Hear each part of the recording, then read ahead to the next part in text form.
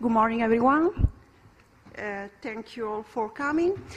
My name is Mara Clemente, and I'm the chair of this session entitled Discipline and Punish Nowadays. We have 4 different presentations with further research in different countries, in Argentina, in Colombia, in Brazil. And, well, let's start with the first presenter, with Maria Teresa Salcedo, do Instituto Colombiano di Antropologia e História, with a presentation entitled Vigilância, Comunidades e el Espaço Urbano em Colômbia, Perspectivas Antropológicas. E, bom, obrigada, Maria Teresa. Good afternoon, everybody. This is a reading in Spanish. There's no PowerPoint, so I will read a text in Spanish. My name is Maria Teresa Salcedo. I'm from Colombia. I work at the Institute, Colombian Institute of Anthropology and History, which is in Bogota. They are welcome questions at the end in Spanish, English, or Portuguese. La ponencia se enfoca en el papel de los frentes de seguridad ciudadana y de algunas instancias de participación comunitaria en la implementación de prácticas de cuidado, bienestar, vigilancia y seguridad ciudadana en Colombia. Primero, se enfatiza su papel como gestores del conocimiento del territorio urbano, de las localidades y barrios. Después, se contrasta la perspectiva espacial de los líderes de las juntas comunales con la perspectiva policial de los espacios urbanos. Luego, se analiza el surgimiento de los frentes de seguridad ciudadana como propuesta del Estado en coordinación con las instituciones, las comunidades barriales y los ciudadanos. Y finalmente, se reflexiona desde una perspectiva antropológica sobre la relación entre la seguridad ciudadana, las prohibiciones y normas que hacen parte de los conocimientos sociales implícitos y explícitos, la estratificación por clases en la ciudad, la legalidad y la ilegalidad. La presentación aborda los conocimientos locales de los espacios urbanos a partir de prácticas y gestiones de seguridad y convivencia ciudadanas por parte de los habitantes de los barrios y gestores específicos que implementan el orden y la prevención de los peligros de acuerdo a contingencias de inseguridad. Los frentes locales de seguridad y convivencia ciudadana en Colombia son redes de vecinos interconectadas con las policías metropolitanas de las ciudades grandes y medias que tienen como objetivo fortalecer las acciones de la policía en los barrios y territorios urbanos en lo que tiene que ver con la prevención de los delitos y contravenciones. Son una iniciativa de participación comunitaria creada desde la policía, pero no es la única instancia de participación comunitaria apoyada por el Estado, que gestiona acciones de vigilancia y prevención de los espacios barriales. Los frentes locales son grupos de vecinos cuyo funcionamiento no está completamente establecido en el país, ni tampoco en las ciudades en las que realizo actualmente investigación. Me he enfocado en estas redes de vecinos porque sintetizan los actuales intereses del Estado con respecto a construir una gobernabilidad de la seguridad en las comunidades de los barrios urbanos, y porque la relación entre la policía y las comunidades proyecta relaciones simbólicas más amplias entre las comunidades y el Estado. Asimismo, es pertinente preguntarse por qué no todos los ciudadanos quieren hacer parte de un frente local de seguridad. De manera significativa, los frentes locales de seguridad y convivencia también construyen representaciones sobre la vigilancia de los espacios que encajan en el diálogo con las políticas públicas articuladas desde las secretarías y fondos de seguridad y convivencia. Son representaciones y simulaciones de una relación activa con el Estado que contrastan en la vida cotidiana de las calles con los espacios amenazados por los conflictos y los delitos. Estos espacios son objeto de recuperación por parte de los vecinos por medio de acciones coordinadas con otros vecinos, con cámaras de vigilancia compradas por ellos mismos, con denuncias y llamadas a la policía y con la canalización interinstitucional de sus requerimientos. El Frente Local de Seguridad mismo implica la creación de un espacio social de interconexión para la vigilancia de un segmento territorial crítico en las calles, y aunque se proyecta desde las situaciones de la seguridad, estos segmentos críticos son determinados con el apoyo de los líderes y habitantes de los barrios. Sin embargo, es pertinente observar el contraste entre los espacios recorridos de manera cotidiana por los vecinos, las amenazas de las que son objeto en las calles y por otro lado los perímetros de control que se conocen como los cuadrantes de la policía, los cuales patrullan de acuerdo a unos requerimientos realizados por los habitantes del barrio, que en algunos casos están articulados a estos frentes. Es así como los frentes locales de seguridad y convivencia ciudadana representan a ese poder simbólico que, como señala Bourdieu, es un poder de construcción de la realidad que tiende a establecer un orden nociológico, el sentido inmediato del mundo y en particular del mundo social. Al mismo tiempo, este sentido del mundo se proyecta sobre los espacios de las posiciones y disposiciones sociales. Y son estos espacios sociales de la seguridad los que son articulados como parte de un campo de lo pensable políticamente, en el que la seguridad real se difiere, se entrega poco a poco a la policía, luego a la justicia y luego a la comunidad, hasta que se transforma en un producto de la gobernabilidad. A continuación describiré la gestión del conocimiento del territorio urbano de algunas de estas instancias de participación comunitaria en Bogotá, la capital de Colombia. Las actividades de los frentes locales de seguridad y convivencia en Bogotá, abordaré brevemente cuáles son las actividades que realizan los frentes locales de seguridad y convivencia a través de 3 ejemplos escogidos como parte de mi trabajo de campo y que muestran cómo están actuando estas redes de vecinos en la ciudad de Bogotá. Estos frentes locales son el frente de la Fundación San Mateo en la localidad de Los Mártires. Es un frente impulsado por algunos vecinos del barrio Santa Fe en el año 2017, quienes han realizado por su propia iniciativa la articulación con instituciones tales como la Policía Metropolitana de Bogotá, la Secretaría de Seguridad del Distrito de Bogotá, la Secretaría de Integración Social, la Secretaría del Espacio Público, la empresa de acueducto, la UAESP, la cual es la empresa encargada del manejo de los residuos sólidos, y otras instituciones del distrito que tienen el papel de actuar en la preservación del bienestar en los espacios públicos y en la prevención de peligros cotidianos para los vecinos, en un trayecto específico ubicado alrededor de esta institución universitaria llamada San Mateo. El trayecto es la confluencia de la carrera 17 con calle 25 y la convergencia de estas 2 calles en el pequeño parque ubicado enfrente de esta fundación. La característica dominante de esta asociación de vecinos es la de la injerencia de los directivos de esta institución educativa en la prevención de la seguridad y la convivencia en el parque, dando prioridad al bienestar de los estudiantes de la fundación universitaria, quienes son con frecuencia asaltados por delincuentes a la salida de las clases. Sin embargo, este frente local, desde la perspectiva de sus vecinos, omite los graves problemas de inseguridad señalados por otros vecinos del barrio Santa Fe y que se refieren a, primero, la disposición de las basuras por parte de los depósitos de materiales reciclables; 2, la venta y consumo público de sustancias psicoactivas alrededor de los depósitos de materiales reciclables; 3, la zona de tolerancia de la prostitución decretada legalmente a partir del año 2002 en este barrio, y la relación entre el comercio ilícito de sustancias psicoactivas y la prostitución en calle, la cual se lleva a cabo fuera de los espacios privados autorizados por el Plan de Ordenamiento Territorial de la ciudad. Las actividades de gestión y prácticas cotidianas de vigilancia se han centrado en, primero, la recuperación del parque enfrente de la Fundación Universitaria, con actividades lúdicas en las que la Policía Metropolitana es al mismo tiempo representante de la ley y de la vigilancia ciudadana, y también es institución que posibilita la coexistencia en los espacios urbanos.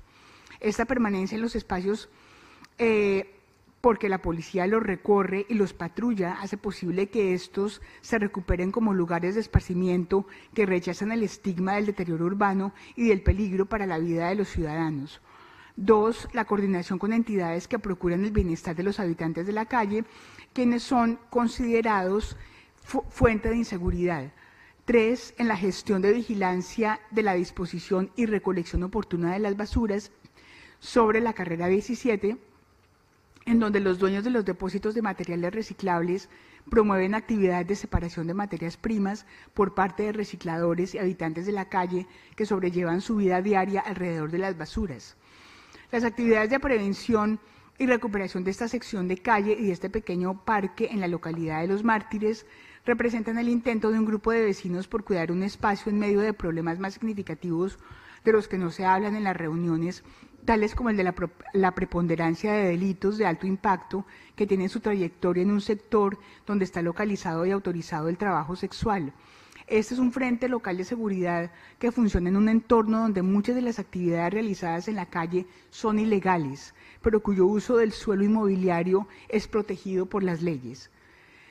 El Frente Local de Seguridad y Convivencia de Chapinero Central, que es otro de los frentes de seguridad ciudadana que estoy analizando, en las calles 60 y 59 en la localidad urbana de Chapinero, un poco más central que la anterior localidad, que es la de Los Mártires, en el centro de Bogotá.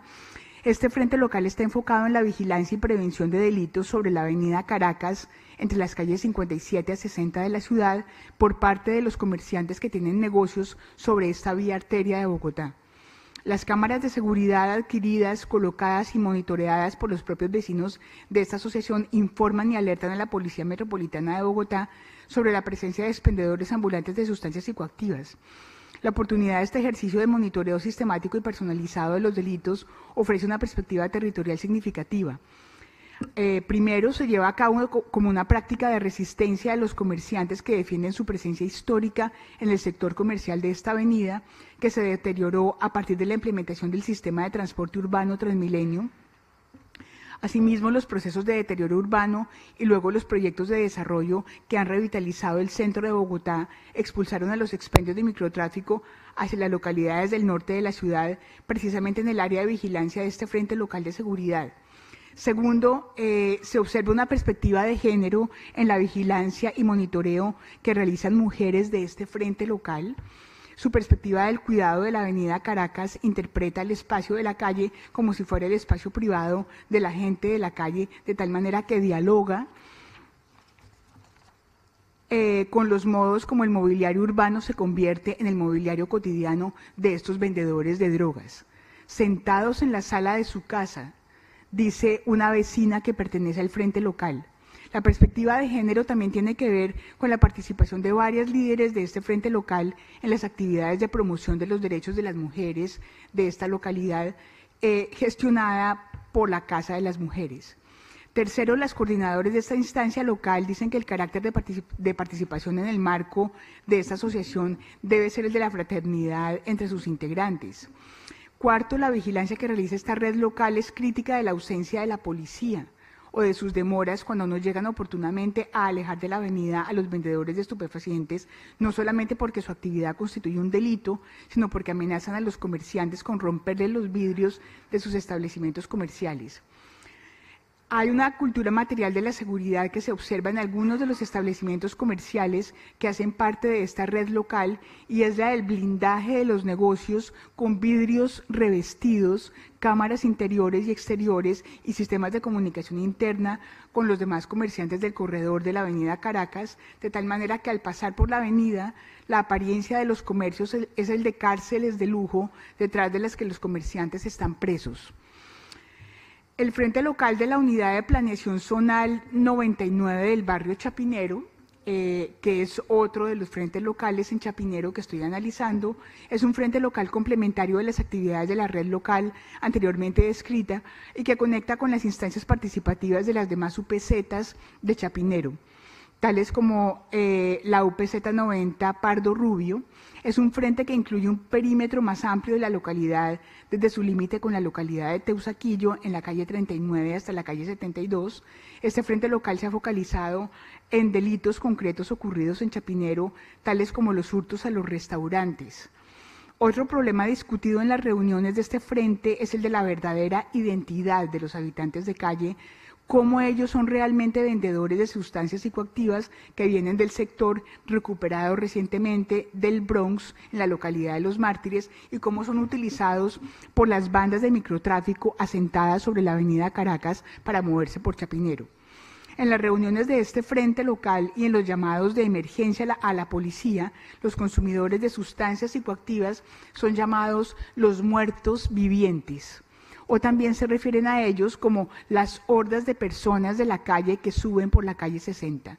Hay un consenso extendido sobre cómo los problemas de inadecuada disposición de las basuras en las calles, la falta de iluminación en algunos segmentos de calle y el estado de la malla vial pueden convertirse en molestias que perturban el paisaje de estabilidad de la localidad de Chapinero. En general se demandan más labores de desalojo de los vendedores ambulantes, quienes se instalan en las esquinas sin que la policía diga nada. Esta población de vendedores es percibida como un impedimento a la libre movilidad en los espacios, además de que algunos son señalados como vendedores de sustancias psicoactivas y como enlaces de expendios de sustancias prohibidas que funcionan en localidades del occidente de Bogotá.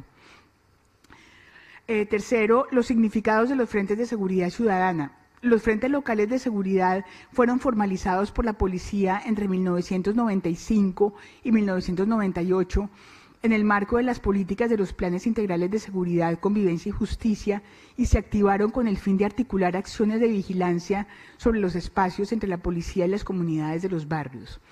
Sin embargo, estas redes de vecinos no son la única estrategia de participación ciudadana de las secretarías y oficinas de seguridad, pero se entiende como una prioridad en lo que se refiere a la articulación entre las comunidades y las actividades de prevención de la policía, que además posibilita la consecución de infraestructura, como por ejemplo cámaras de vigilancia y alarmas comunitarias.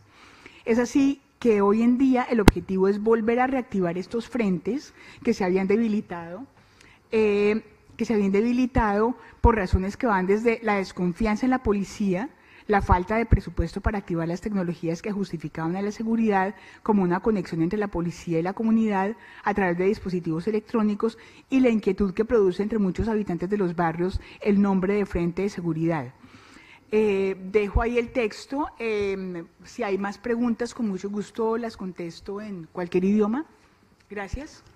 Thank you, Maria Teresa. Well, the next presentation is a presentation of Anna Bednarczyk. I hope the surname is right. And the title of this presentation is Don't Walk Alone, Gender, Safety and Urban Spaces. Thank you.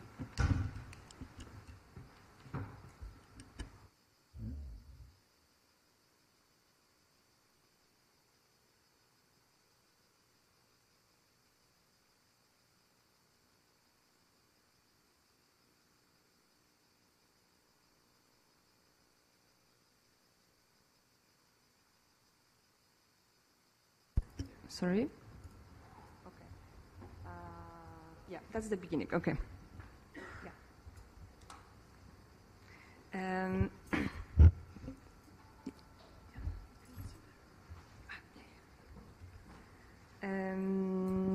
Good morning, everybody. Thank you for accepting my abstract.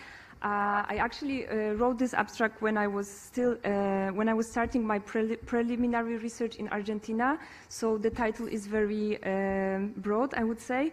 But today I would like to present my preliminary finding from my fieldwork in Argentina.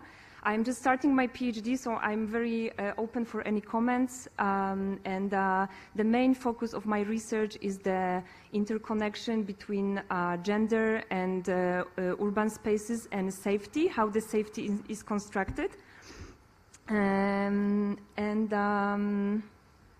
Yeah.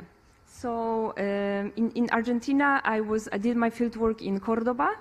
For 3 months, and I was mostly focusing on a women's initiative that is fighting for safer cities and for women's rights as well.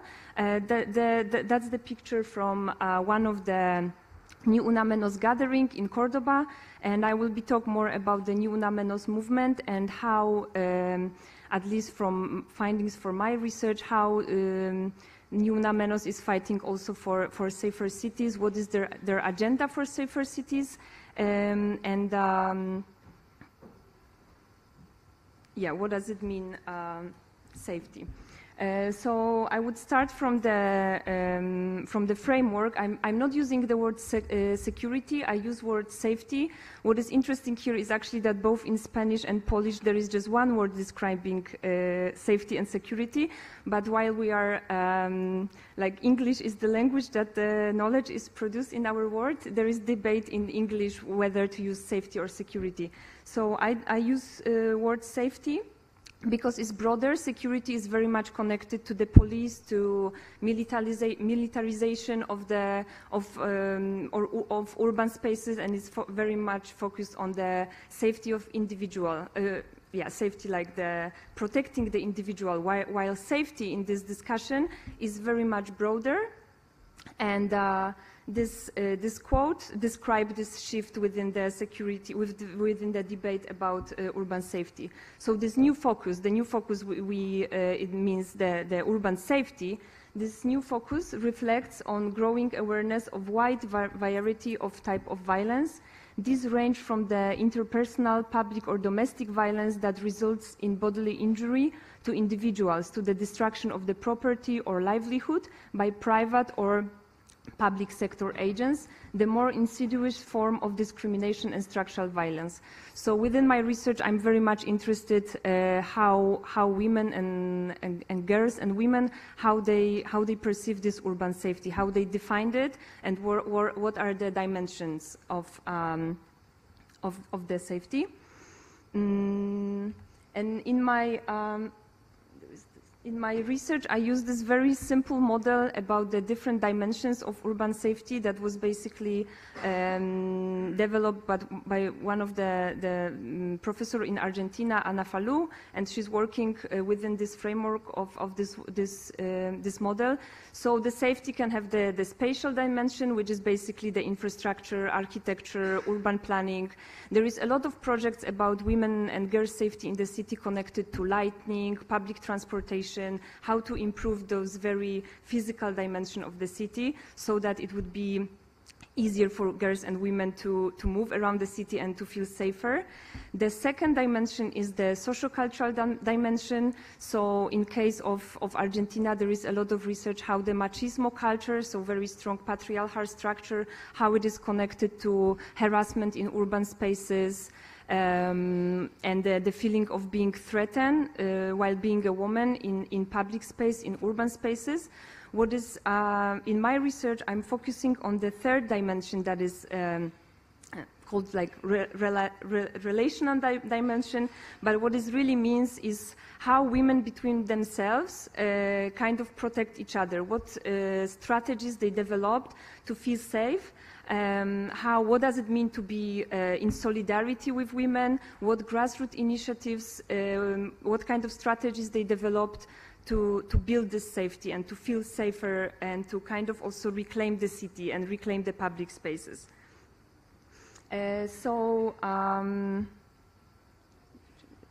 Ni Una Menos movement is really interesting because, first of all, it's very young. It was born, it emerged in Argentina in 2015. Argentina is a very interesting country because it's a highly urbanized country. 92% of population lives in the cities. And then they have very high rate of femicidio, so the murder, that the main reason of the murder is the gender, and it is estimated that every 29 hours, one woman is murdered because of her gender, and 75% of women that are killed by the ex of current intimate partner, 13% by the men they know, and also interesting is the age, so 32% of girls and women that are murdered are between 15 and 25 years old. So the movement was born, it was really interesting because it was born, there was 2 murders of young girls that were very highly spread in media and especially in social media. So on the 3rd of June 2015, there was huge demonstration in Buenos Aires. It was like 300,000 people gathered in Buenos Aires to protest against violence against women. And then they were called Ni Una Menos, which means not one woman less. And now the Ni Una Menos collectives, because this is how they called each other, they are all around Argentina. So I was working with the Ni Una Menos collective in Cordoba, but they are all over the country, and they are like an umbrella initiative for others women rights initiatives. So it's not like one Ni Una Menos. It's more like the space to gather different ideas. Another thing that was interesting in 2015, which is like really interesting to see this dynamic is that after in 2015 there was the election in Argentina, and after 12 years of more leftist government, the new government was elected that started to introduce very neoliberal reforms, and they introduced a lot of cutting in public spending. So actually a lot of non-governmental organization that is working for women's rights got huge cuts in their budgeting. And women they were telling me when I was doing interviews with them that since 2015 they really have to find different ways of their work, because there is no more public money for doing the women's rights work.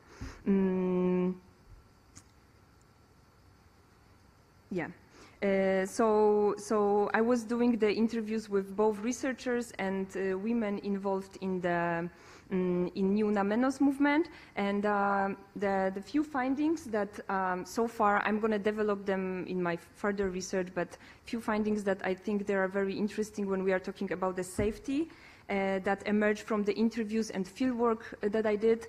It's as follows. So first of all, what I think it's really interesting, it's the intersectionality within the movement. So when I was there was a very huge discussion about two topics: the sexual workers and their presence in urban spaces and how they can be protected, and what is the legal framework of ensuring their safety. And the second one is the right of trans people, and especially trans female, how they are like intersectionally discriminated, and what is their place in women's rights movement. And it was also interesting because there was a lot of discussion how they are even more threatened in the public spaces and in urban spaces. So that's the first thing. The second is the diverse visibilities. I call it like it's my working term for redefining the physical women's body in public space. So there is certain age when you're not the girl or like you're not the child anymore, you became a woman, and then your body is labeled in public space. And what I found very interesting when I was talking with the young women involved in New Namenos in Cordoba was that they were going for demonstrations was something very important for them, and they were going together. Very often it was like a whole day organized around the demonstration. When there was like I was there when there was the International Day Against Gender-Based Violence, so 25th of November, and it was just like a whole day of kind of like being together. And they also have this, they very often protest topless, and they have some sentences written on their bodies. And when I was there, the local group of New Namenos, they were talking how next year they're going to do it together, like they wanted to protest topless and how somehow to redefine their bodies. But it was really important to do it like with their friends, and they were talking how they are like waiting to do this. And I think it's really interesting, like how female body is also engaged in the politically physical protests. The third thing that I found really interesting is the usage of new technologies. So they use WhatsApp a lot in general to communicate, but because of the violence that I mentioned, there is also very often the women or girls are missing. So there are special groups on WhatsApp, and the reaction when someone is missing is like really quick. There is a lot of different groups working on spreading the information and looking for the lost girls or women. They communicate very quickly, and they use these new technologies for the. Also, of course, they use social media for like promoting their message. But I think this was very interesting. How they use it to communicate this topic or to organize protests.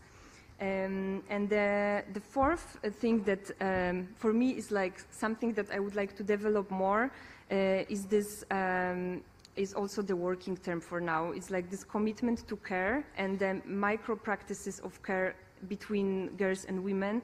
So how actually we have this discourse that the city is so dangerous for women. So how they actually, on the very daily level, on the level of micro practices, how they actually resist this discourse. So very simple stuff like, I don't know, going out together or informing each other where you go, and also what this solidarity means to them. And I have this feeling like that's so far the sociological intuition, I would say, that I allow myself to go with the interpretation, but I would like to focus also how this commitment and this solidarity, how it turns into the political activities, and what does it mean to be political in the city for girls and women. And I would like to finish with with another photo that's actually, because I'm an urban sociologist, so I like to focus on the topic in different cities. So the past 5 months I spent in Berlin, and I was working with the newcomers, girls and women, and I was interested how they use urban spaces and how they define safety also. And I actually found a lot of similarities. This is the photo from the picnic that we organize quite on the regular basis. So we go to the park and we just spend the Sunday together, and it really reminds me of the spending days together in Argentina in public spaces. Yeah. So this is what also I think it's important when we talk about urban issues, that of course the socio-economical context is crucial, but there are certain certain patterns that could be found, and those are the patterns that I found interesting when we talk about gendered urban safety. So thank you. Yeah.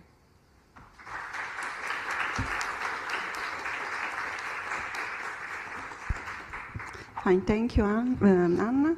And the next presentation is a presentation of Maria Claudia Girotto. The title of this presentation is O lado de fora, questões territoriais envolvidas na vivência feminina diante da personalização de familiares.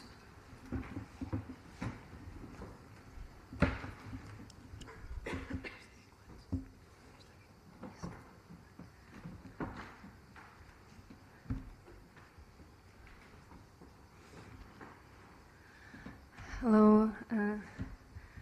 I'd like to apologize to my non-Portuguese speaking colleagues. I'm going to do this presentation in Portuguese.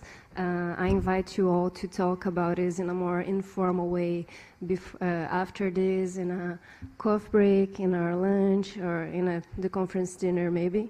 So I can talk a little more about this phenomenon of the women that go visiting their families that are in prison. I found out that there is a territorial phenomenon involved in these jail studies, and there is a gender component that is really relevant. I separated a few images that I think that say a lot, so we can talk more about this in English after this. Então, prosseguindo, eu não sei se vocês já tiveram acesso a alguma informação a respeito da situação prisional brasileira, mas é uma situação bastante desumanizante, né? O Brasil tem uma das maiores populações prisionais do globo. A gente está falando de 720 mil pessoas encarceradas. É a terceira maior população prisional que nós temos no mundo. Então, e a gente coloca nos nossos estudos a respeito de cárcere que a cadeia se coloca como um ponto final dentro de um histórico de opressões, porque o sistema prisional brasileiro, a gente fala que tem classe social definida, tem raça definida. Então, esses marcadores sociais da diferença estão bastante presentes quando a gente olha para dentro das instituições prisionais. Sendo esse polo, né, difusor e reprodutor de desigualdades, acho que nada mais justo do que, antes de entrar no fenômeno propriamente dito das mulheres visitantes, fazer uma explicação inicial a respeito do perfil das pessoas que estão encarceradas e dessas duas pontas de exclusão que se manifestam em âmbito territorial também. A política criminal brasileira ela é voltada para uma reprodução da pobreza, uma produção e reprodução da pobreza e também do racismo institucional. Não sei se vocês todos têm familiaridade com essas questões históricas envolvendo o Brasil. É um país marcado por 400 anos de escravidão, então nós tivemos pessoas sendo escravizadas durante 400 anos, pessoas negras. Então, o racismo permanece, é uma mácula muito grande com a qual a gente se depara em todas as instâncias da nossa sociedade. Com as questões a respeito de exclusão social, não é diferente, né? Eu trouxe aqui alguns dados antes de entrar nas questões a respeito do perfil das visitantes e dos ônus dessas mulheres que visitam seus parentes. 40% das pessoas presas no Brasil são presos provisórios. E o que isso significa? São pessoas que ainda não passaram por um julgamento. São pessoas que estão presas porque a justiça decidiu que seria mais seguro que elas ficassem encarceradas até serem julgadas. Isso significa que 40% das pessoas são potencialmente inocentes no Brasil. E a taxa de ocupação das prisões é de quase 200%. O que isso significa? Que para cada pessoa ocupando um leito, uma cama, existe uma pessoa dormindo no chão. Esse dado leva em conta prisões também federais, que são menos superpovoadas, né? As prisões estaduais, que são a grande maioria, têm uma taxa de ocupação muito maior. E isso, para vocês terem uma ideia, uma cela que deveria ser ocupada por 4 pessoas, não raramente é ocupada por 30. Né? E é dentro dessa questão que a gente se coloca quando a gente fala de prisão no Brasil e gestão do crime e gestão da nossa política criminal. Aqui eu trouxe uma imagem do estado de São Paulo, nosso maior estado se a gente pensa em população. Todas essas marcas coloridas são instituições prisionais. Vocês veem que são diversas, espalhadas por todo o estado, né? Quando a gente fala também de prisão, a gente coloca que as pessoas ocupam um estado de não sujeito. É quase que todos no Brasil sabem que a situação das prisões é bastante degradante, mas existe algum senso de que se as pessoas estão lá, de alguma forma elas mereceram, de alguma forma elas deveriam ter agido no sentido de não irem presas, e se foram, bom, seria natural não terem acesso à água potável, não terem acesso à comida de qualidade, enfim. É uma população bastante jovem que está presa no Brasil. Essa imagem que eu trouxe é de um dos presídios que nós temos, Presídio Central de Porto Alegre. Existe uma situação de insalubridade muito grande. As comidas dos presídios são preparadas todas no período da manhã, todas as 3 refeições, então não raramente, quando aquela comida chega na hora do almoço, depois de ter passado por 40 graus de temperatura, o que é normal em vários estados no Brasil, aquela comida já está deteriorada, enfim, e os presos precisam se alimentar com aquele alimento que é oferecido, né? Não existe uma alternativa.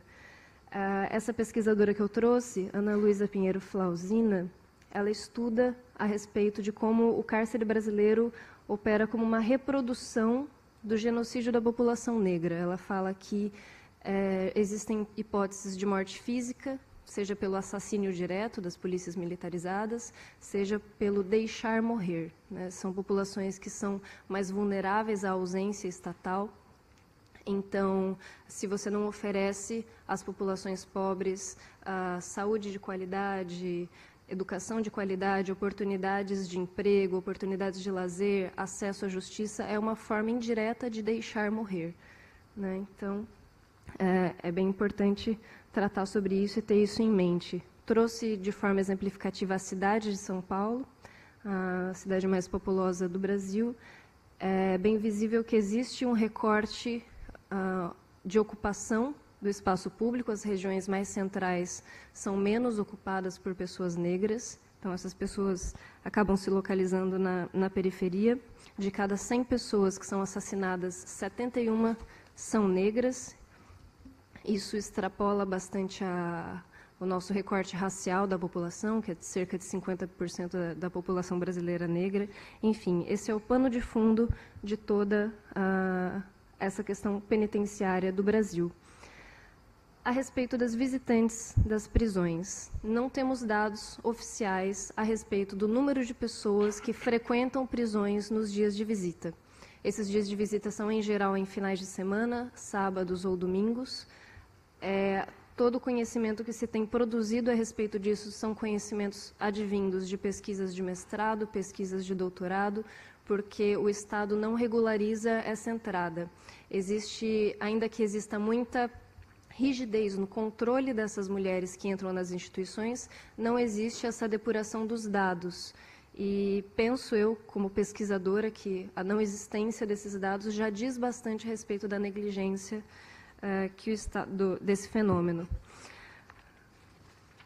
O perfil de raça e de classe das pessoas que visitam parentes presos é bastante similar àquelas pessoas que ocupam, que a gente chama de clientela do direito penal, são pessoas advindas de classes trabalhadoras, em geral com trabalhos precarizados, e na sua esmagadora maioria são mulheres. A gente tem esse fenômeno da feminização das filas de visita na prisão. Então, é por isso que, a partir desse momento na apresentação, sempre vou me referir a elas como as visitantes, né? As visitantes, como vocês podem ver nessa foto que eu trouxe, em geral levam mantimentos para essas pessoas que estão presas. Cada instituição prisional tem suas regras próprias a respeito de como essas pessoas podem entrar na prisão, que tipo de roupa elas devem vestir, que tipo de insumo elas podem levar. E esse conjunto de insumos é chamado popularmente de jumbo, é o que as mulheres levam. E nesses momentos de visita aos finais de semana, o que a gente percebe é uma transferência das atividades íntimas que seriam realizadas no lar para dentro da prisão, como, por exemplo, refeições em família ou práticas sexuais. As mulheres se veem como agentes da ressocialização dessas pessoas. Então, o que a gente percebe nas prisões masculinas é radicalmente o oposto das prisões femininas. As mulheres presas muito raramente são visitadas. E quando são visitadas por mulheres. Então, esse fenômeno da feminização das filas de prisão permanece tanto diante de penitenciárias femininas quanto masculinas. Existiu um estudo realizado pela Defensoria Pública do Estado de São Paulo que identificou o seguinte: em um ano, o Estado dedicou de R$13 a R$50 por preso em itens de higiene, vestuário e limpeza por ano. Passando isso para euro, eu fiz esse exercício, seria algo como de 3 a 12 euros por ano por preso.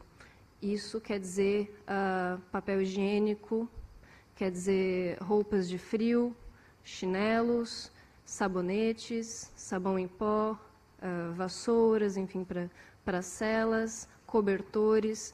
Então, são de 3 a 12 euros por preso por ano. Ou seja, o Estado não fornece nada. Ele fornece um sabonete por ano, um rolo de papel higiênico por ano. As mulheres, as visitantes, as pessoas que estão do lado de fora, acabam, de alguma forma, se mobilizando por conta disso e tomando para si essa responsabilidade de não deixar as pessoas que estão lá presas nessa situação. Então, as mulheres se colocam como responsáveis por prover o que o Estado não oferece. Então, além da prisão se colocar como um elemento de fragilização emocional das famílias que têm um membro preso, é também um elemento de fragilização financeira, porque as mulheres que já ocupam trabalhos precarizados, já ganham muito pouco, já têm que gerir naturalmente as mulheres já têm 2 jornadas de trabalho, né? Um trabalho assalariado e um trabalho doméstico dentro de casa. É colocado, então, como uma terceira jornada de trabalho a gestão dessa pessoa que está presa, já que o Estado não realiza essa gestão. Então, os finais de semana, que seriam momentos dedicados a lazer, que seriam dedicados a descanso, acabam sendo voltados para ir até o supermercado, cozinhar as coisas que a instituição permite e levar para essa pessoa que está presa, né? Enfim, essa ausência estatal ela acaba se transformando também, se desdobrando nessa exploração do trabalho feminino. Então, essa autorização para visita acaba ficando muito conveniente para o Estado, que já tem ali alguém que supre as necessidades que ele não vai suprir. Existe um fenômeno no Brasil, que é a revista íntima, que os institutos de defesa de direitos humanos chamam de revista vexatória, e eu só trouxe isso para que fique bem claro que não é trivial ir visitar uma pessoa na prisão. É necessário que as mulheres fiquem todas nuas, agacham, tuçam, abram a vagina com as mãos, abram o ânus com as mãos, para que as policiais olhem dentro dos corpos, para ver se nelas não estão levando algum item proibido. E isso é praticado também para crianças, também para idosas. Então, de alguma forma, o Estado ele colabora com isso, né? Ele não, além de achar que esse procedimento ele é pertinente, ele faz com que as mulheres se sintam no dever de entrar na prisão para levar esses suprimentos para os companheiros, para os esposos. Existem também algumas instituições em que tem uma espátula de madeira que abrem a vagina, o ânus das mulheres, é a mesma espátula para as 200 mulheres que estão visitando, enfim. Existe uma mobilização territorial dessas mulheres, que elas vão para essas pequenas cidades, onde, em geral, são as pequenas cidades que têm as prisões, né, cidades que não têm força política para falar diante do Estado, olha, nós não queremos uma instituição penitenciária.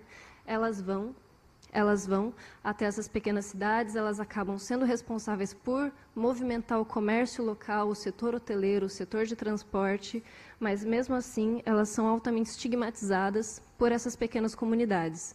Existiria o estereótipo da mulher de bandido, da mulher do preso. São aquelas pessoas que circulam nas cidades com as roupas permitidas nas instituições prisionais, roupas largas, que não têm decotes, sempre calças. Enfim, isso é bem notório numa cidade do interior de São Paulo chamada Itirapina, tem 16 mil habitantes e 2 prisões, então a cadeia ela é responsável por prover os trabalhos que pagam maiores salários, os comércios são só movimentados aos finais de semana, enfim. Concluindo, né, existe também como estratégia da justiça brasileira a transferência de presos para lugares distantes. Quando a justiça imagina que aquela pessoa de dentro da prisão está, de alguma forma, comandando uma organização criminosa, se transfere aquela pessoa para longe. É uma estratégia da justiça. E não é considerado a família daquela pessoa que ficou, que às vezes vai ter que pegar um ônibus e se deslocar 600 quilômetros para visitar aquela pessoa todos os finais de semana. Enfim, essa lacuna do Estado é ocupada pelas organizações criminosas que acabam fornecendo o transporte para essas mulheres, né? Existe quase que uma institucionalização. O primeiro comando da capital acaba oferecendo transporte para essas mulheres, o que acaba vinculando esses homens que estão presos às facções. Então, a gente tem aí um problema imenso. Então, como conclusão desse trabalho, verifiquei, né, que a mera autorização da visita ela não é suficiente para garantir o direito, é preciso autorizar e oferecer condições adequadas para essa visitação, e existe um componente territorial e de gênero que precisa ser olhado quando a gente fala a respeito de visitas e a respeito da questão carcerária no Brasil. E é isso, estou aberta a perguntas. Muito obrigada.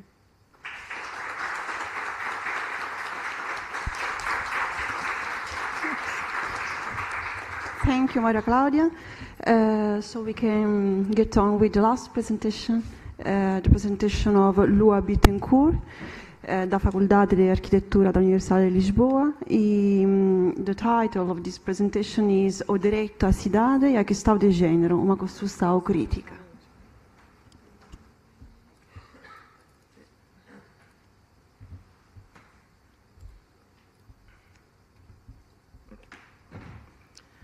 So I'll start apologizing as well because I prepared the presentation in Portuguese, but I'm really looking forward to talk about it later.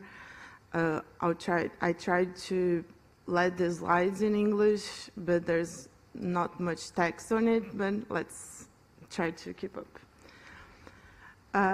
Eu estou fazendo o doutoramento também, e a minha pesquisa é em mobilidade das mulheres. E antes de entrar na pesquisa de mobilidade, eu precisei voltar um pouco atrás e entender a questão de gênero e a cidade.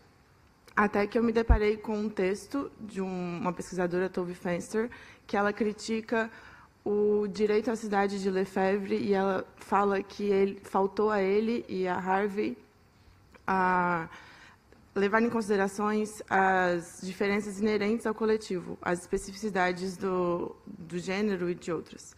E aí, a partir daí, eu fui entrando e fui tentar entender o que pode parecer óbvio para muita gente, mas para muitos não é, e eu precisei fazer esse exercício, entender o que faz as mulheres tão específicas e diferentes dos homens, e por que elas lutam tanto e sempre lutaram pelo seu espaço nas cidades. Então, para começar, enfim, o primeiro statement, digamos assim, que a igualdade de gênero é um conceito muito complexo, e ele leva em considerações questões sociais, culturais, históricas e econômicas nas cidades, nas diferentes cidades, diferentes países, diferentes realidades. Então, a partir daí, eu tive que entender a diferença entre sexo e gênero. Uma coisa é a questão biológica, as pessoas que nascem com sexo feminino, sexo mulher, e o que é ser mulher, que é uma construção não só individual, como social. É muito mais do que uma identidade, do que uma coisa biológica, mas o seu portar e a sua construção como pessoa dentro de uma sociedade. E aí, o que é ser uma mulher? Qual é o lugar dessa mulher? As mulheres foram, enfim, nas sociedades patriarcais construídas, o espaço delas era o privado. Então, o que caracteriza o estudo feminista ou com visualização de gênero é essa dicotomia, essa relação entre o espaço privado e o público. As mulheres brancas, ricas e de posse eram feitas para ficar dentro de casa, elas só podiam passar na rua acompanhadas, e enquanto os espaços das cidades eram feitas por homens, para homens, e as mulheres que não tinham dinheiro e não podiam ficar dentro de casa, elas tinham que sair, então elas eram ou as escravas, ou as serventes, servas, ou as prostitutas.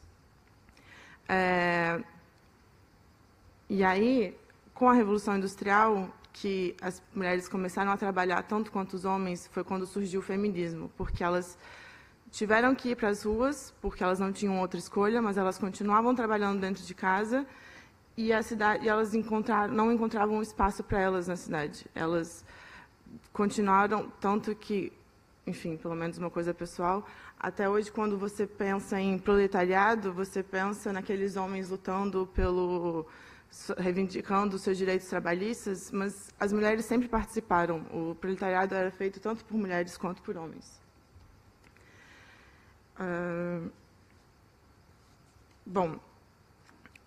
Então, indo um pouco mais para frente, alguns autores, Jane Jacobs e outros vários, nos trouxeram que as cidades elas precisam ser compostas por uma mistura tanto de usos quanto de ter uma diversidade de culturas e pessoas, e etc.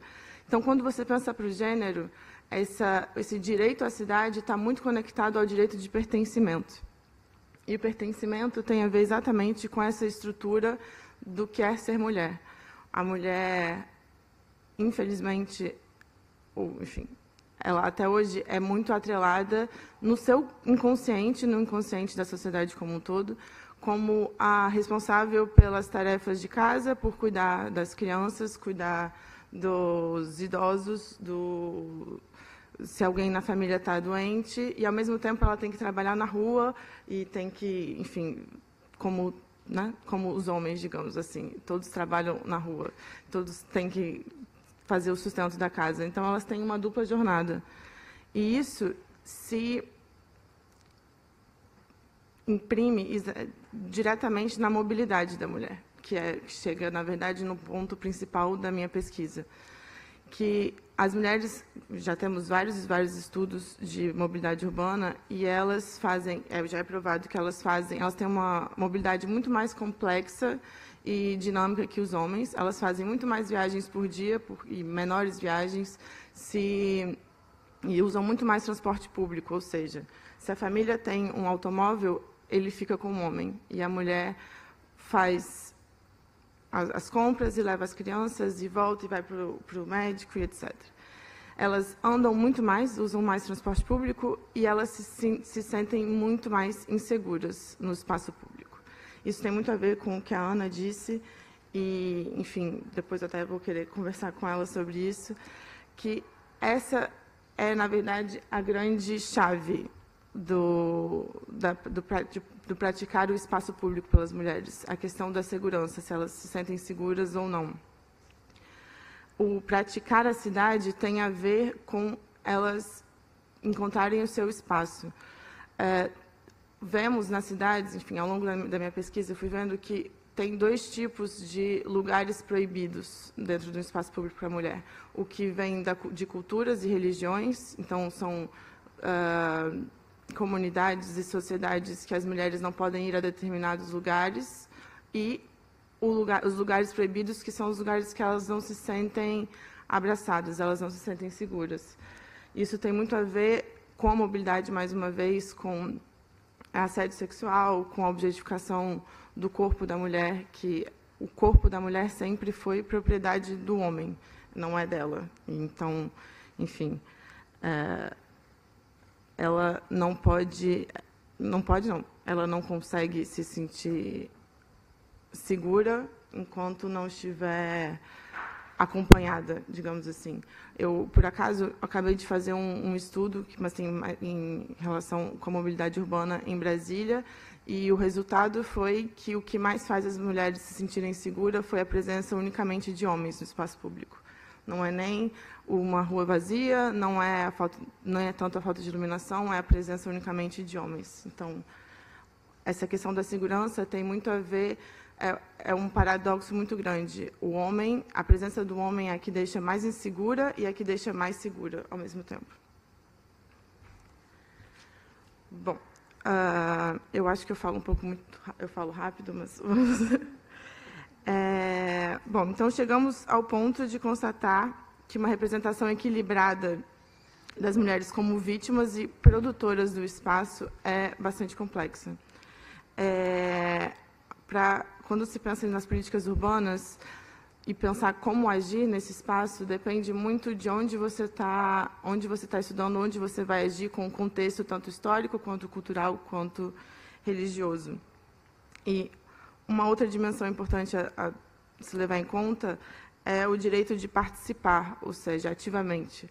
Quanto mais escolhas e opções de influir diretamente nas decisões de uma cidade, no espaço urbano, mais a mulher ou o homem, enfim, o cidadão se sente parte e pertencente a esse espaço. Então, enfim, é evidente que o espaço urbano não é neutro e ele é vivenciado de formas diferentes por crianças, adultos, jovens, idosos, pessoas com deficiência, pessoas de raças diferentes e etnias, etc. E, enfim, a luta das mulheres por essa igualdade de direitos e deveres tem muitas e muitas décadas e não, enfim, ainda a gente está um pouco longe de conseguir esse equilíbrio, enfim, o que é suficiente, o que seria suficiente para a incorporação das mulheres no dia a dia, né, das cidades e no praticar, etc. Então, como, enfim, uma conclusão, cheguei cheguei a esse ponto de que o direito à cidade da mulher, do gênero mulher, tem os mesmos 3 pilares que o direito à cidade em si, que são as dimensões, a dimensão pública, a simbólica e a prática. E, enfim, e as formas pelas quais a sociedade e os gestores das cidades vêm lidando está bem longe de ser suficiente, como eu tinha dito. E mais uma coisa que é notável, e eu estava percebendo, mesmo com, hoje em dia, no Brasil, eu tenho esse dado do Brasil, eu não sei, enfim, do resto do mundo, mas hoje em dia temos mais mulheres na academia estudando em universidades do que homens. E mesmo assim, é muito, muito menor a presença delas tomando decisões e planejando as cidades e realmente interferindo a nível de quem pode mandar, o que, enfim, acho que a grande questão da coisa. E é isso. Muito obrigada.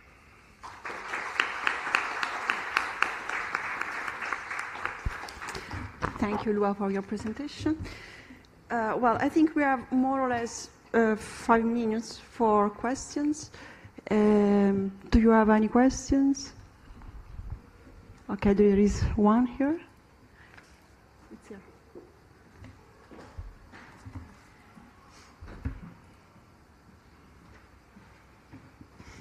Good morning. Thank you very much for the interesting presentations. I have a question first for María Teresa and then for Ana. Muchas gracias, María Teresa, por tu presentación. Mi pregunta era que hablabas de los frentes como a nivel muy circunstancial y si en tu etnografía has visto también procesos de politización que tengan en cuenta cuestiones más estructurales, ¿no? De la gente que se involucra en este tipo de asociaciones. Esto para María Teresa. And for Ana, you mentioned the intersectionality at the level of discourse, and I was wondering whether in your ethnography you found different social differences and the composition of these women in Argentina, if there is ethnic and social class differences beyond the discourse. Thank you. More questions? Okay, então, I think that it could be a good idea let Maria Teresa and Anna answering the question to get on. Thank you. La investigación que yo estoy realizando ahorita, el trabajo de campo antropológico, busca relacionar las políticas públicas de la seguridad ciudadana con la manera como las comunidades barriales, la gente en los barrios se relaciona con la seguridad. Por lo tanto, yo he abordado una metodología etnográfica para mirar específicamente cómo la gente está agenciando su seguridad en espacios concretos y no cómo la gente se resiste a gestionar su seguridad. O sea, no hay manifestaciones en este caso con respecto a la seguridad ciudadana. Una ciudad como Bogotá es una ciudad muy insegura y la seguridad está relacionada con el deterioro de los espacios, pero también con peligros reales en la seguridad, como por ejemplo que muchos expendedores de sustancias psicoactivas roban para financiar la compra de sus sustancias psicoactivas. Luego, a la gente le interesan los frentes locales de la seguridad y convivencia como una política pública de seguridad. O sea, es una relación, una articulación entre la ciudadanía, los vecinos y los frentes como parte de una política pública que consiste en la articulación con la policía. Luego, aquí no hay protestas ni salir a la calle. Esto es un asunto del día a día de cómo la gente llama a la policía, pone la denuncia, cómo se reúnen los vecinos a hablar de la inseguridad cotidiana, de la manera como un transeúnte robado, la manera como ese transeúnte habla inmediatamente con los otros vecinos, la manera como esta persona sale a la calle a comprar, a hacer la compra y regresa a la casa, y todo es un afán cotidiano. Este afán cotidiano ha hecho que yo me interese en la etnografía de esa cotidianidad de los frentes locales. De ahí la especificidad de esta aproximación. Es la política pública, lo grande, la gubernamentalidad y la gobernanza de la seguridad ciudadana con respecto a la minucia, al detalle, a lo micro del frente local en la cotidianidad.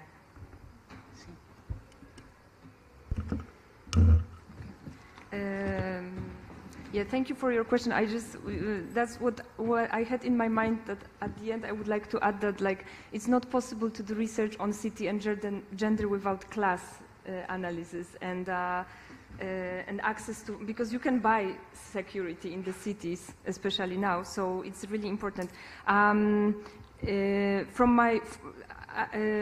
I think it's visible on the very practical fieldwork level, because with the Macri government in 2015, he introduced like a lot of reforms that are very bad for workers' rights, like really, really bad, and it's also a big part of the discussion within the new UNAMENOS movement, when they are having like the statements of their plans for the next year. Actually, this year it was like very strong emphasis put on the workers' right, and like very short fieldwork experience. When I was there, they were preparing the demonstration and the whole action for the day, International Day Against Gender-Based Violence. And a few weeks before, they had regular weekly meetings that, like, I think about 60, 70 people attend there every week to discuss everything. And then a few weeks before, there was a big strike of trolleybuseras, like the women that are driving trolleybuses.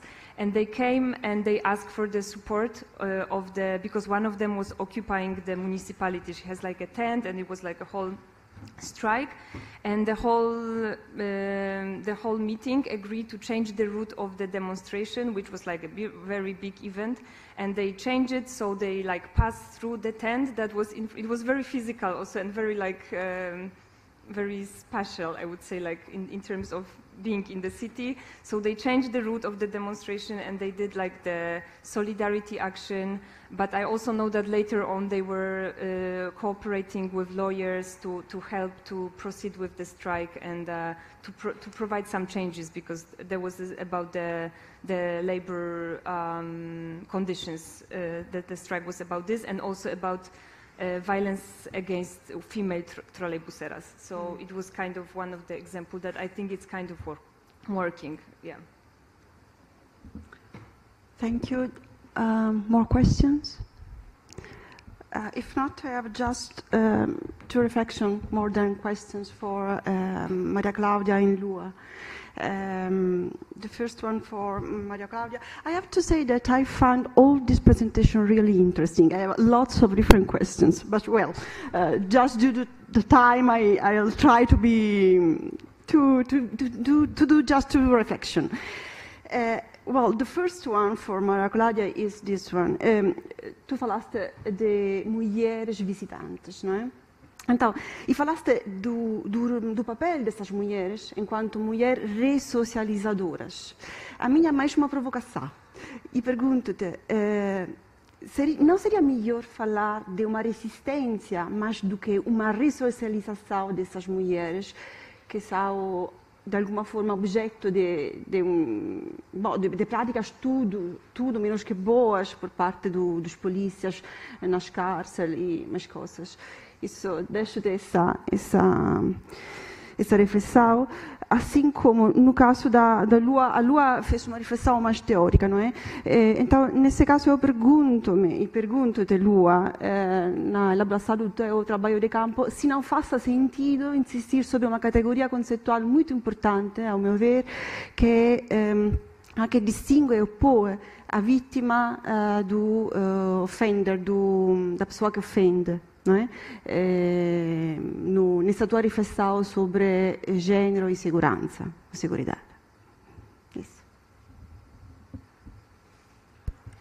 Obrigada pela colocação. Sim, esses termos estão bastante em disputa quando a gente estuda criminologia e gênero no Brasil, né? A gente pensa, mas fico pensando, né? Fica aqui essa reflexão também, que as mulheres, elas se colocam como agentes ressocializadoras, reintegradoras daquele homem, e isso reflete também o dever de cuidado que é colocado nas costas da mulher, né? Então, é uma reafirmação do gênero também nesse aspecto. Elas seriam responsáveis pela gestão da família, elas teriam esse condão, essa possibilidade de atuação, como se elas agirem como se espera de esposas, elas vão fazer com que aquele homem saia do crime, com que dê tudo certo.